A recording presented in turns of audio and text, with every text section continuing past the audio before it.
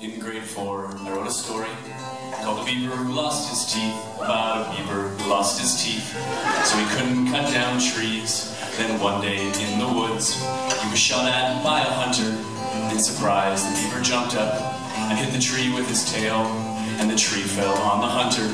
So the beaver saw that he could cut down trees with his tail, so the problem was resolved. This isn't realistic. In real life, some obstacles prove taxing, and if you're a beaver without teeth, you're probably screwed. You certainly couldn't cut down trees by chopping at them with your tail. It's a tail, not a chainsaw. Did I write this story on drugs? No. I was 9. Kids have a lot in common with people on drugs.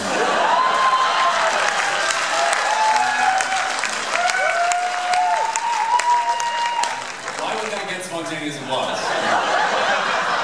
Kids do have a lot in common. Kids have a lot in common with people on drugs. Oh yeah, I like how they laugh and stare up into space. So you're like, kid, are you stoned? Why are you so happy?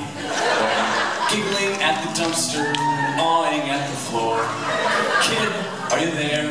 A beaver without teeth is gonna die, gonna die, gonna die. We're all gonna die.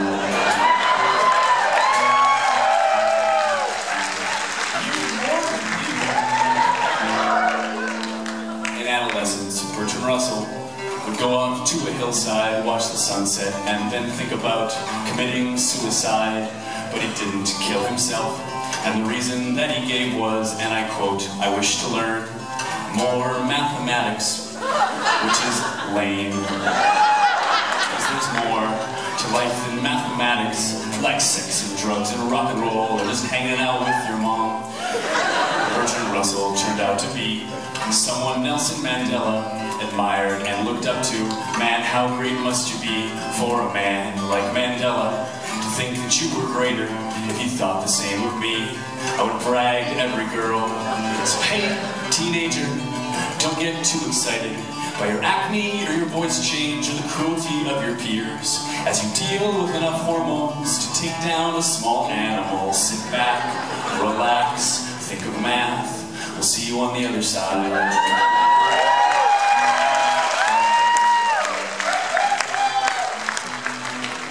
When my grandfather died, his funeral was at a church, and the thing about a church is no one goes there anymore, and if nobody goes, how will we socialize with elders? Because there are so few forums for the young and old alike, and if the young and the old aren't in communication, who will talk about the future with a reference to the past, and who will talk about the past with a view towards the future? And if I did not know my grandfather, what will I live without? I can best recall one thing. It was the sound he made when we played chess. He'd stare hard at the board, and whenever someone moved, he'd say,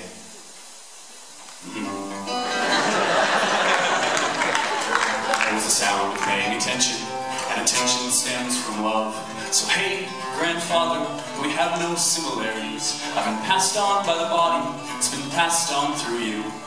Hey, grandfather, the earth is rushing back for me, and I don't believe in deities, but I wish I could see you on the other side.